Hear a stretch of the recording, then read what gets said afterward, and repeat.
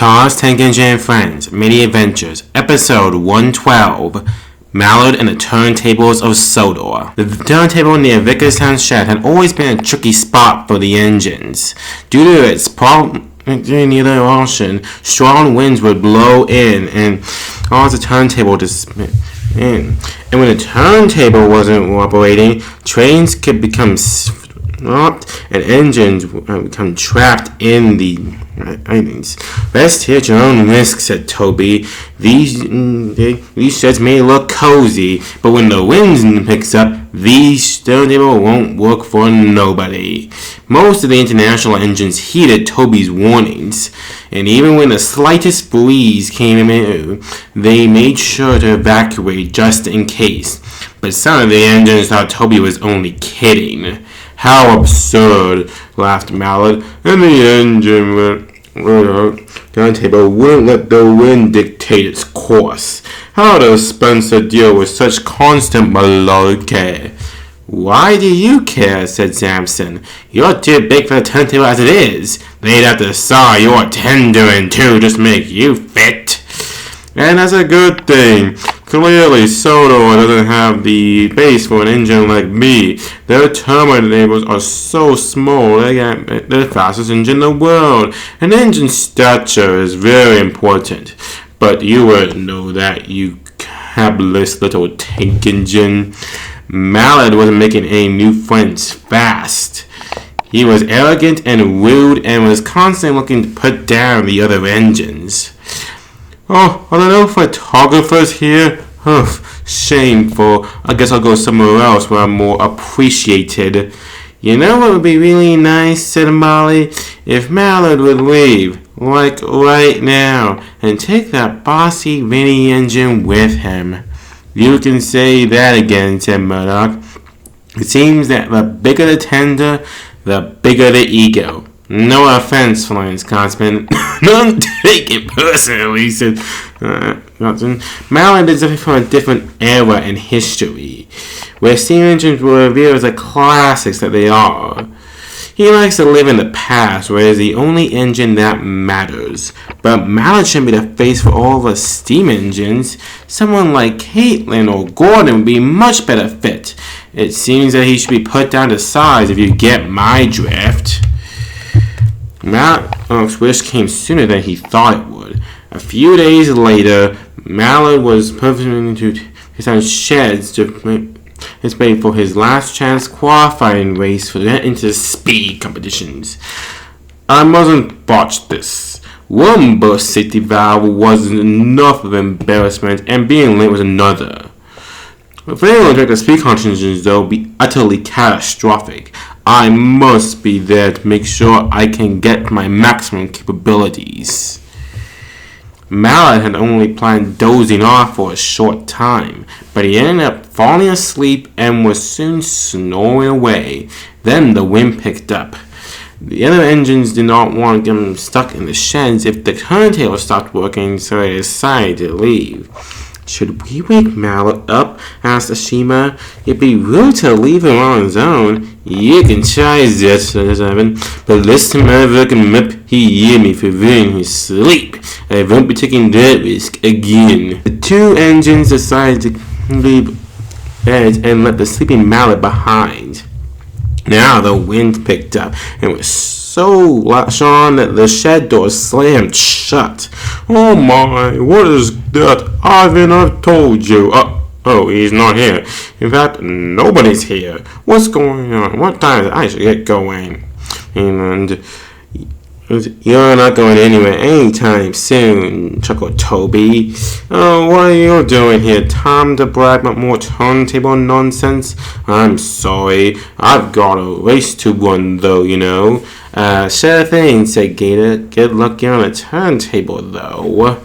Mallard gasped. The train was so strong that the turntable bridge was spinning by itself. Well, I'm not worried, he said. Well, I'm going to try to break on the thing out, and they won't stop spinning anymore. But getting on it is the hard part, says Toby, especially when it won't stop for anybody. Mallard realized what Toby was getting at. With the wind blowing freely, there was no way to stop it in his direction so he could get on the mainland. I'm fine, he muttered. This wind won't last long, even if it does look like a storm is brewing. Hey, would you keep it down? I'm trying to sleep here, man. Some have big competitions to get to, you know. Oh, it's you. Aren't you a special engine? But I've wasted a few minutes, and I'm strapped here in the shed with you. What? Trapped? No way. You just get on the turntable and leave, man. I can't because it won't stop spinning. Oh, this is terrible. Now I'm definitely late, and I won't be able to compete for the fastest engine competition. Just then, Spencer puffed up. Mallard, what are you doing here? I was on my way to cheer you on. Come on, you're going to be late. I'm stuck here, said these dreaded turntables near the sea. You know, the mainland doesn't have this issue. Toby couldn't help but laugh. Oh, you think this is funny? But Spencer, well, you are trapped here too. Yes, but my train's are done for the day.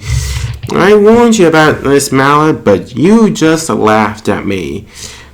Come on, Spencer, stick your buffers out there and help me out here.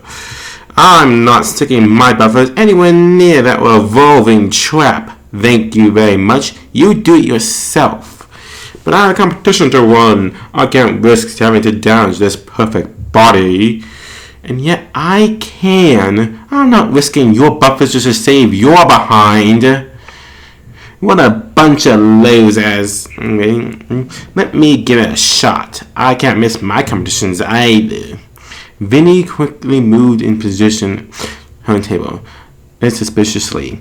Sometimes it would track the line up, but other times the wind would pick it up and move it on away.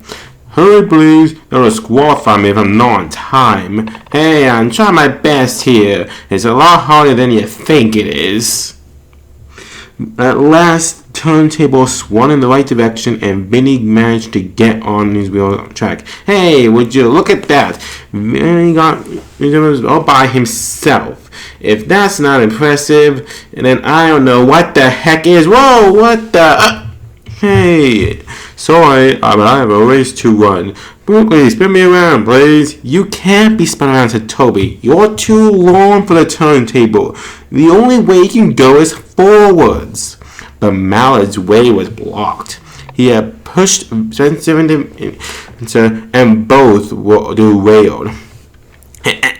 That's what you get for messing with old Vinny here. Mallard soon faded. The wind was still howling, and he felt himself being squeezed in a turntable, trying to move. Suddenly, his tender gripped from the rails, and it all turned in spectacular fashion. Now you've trapped all of us here, said Gator. Look what you've done here. Nobody's getting out of here for a long time. Nice going, Mallard, said Spencer. You ruined everything. It wasn't until late that night that wind subsided that the milkman could free Mallard and return from the mess. His frame was badly bent and would need to go for extensive repairs.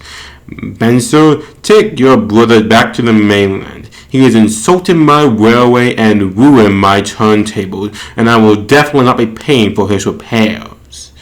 You may be a record breaker, but you still got a lot to learn about being on to others.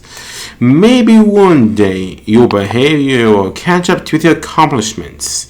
The next day, Mallard was pushed away by Spencer, and the engines were more than happy to see him go. No matter what they say about Spencer or what the record books say, you can't be nice to others, then nobody cares, said Toby, and he was right.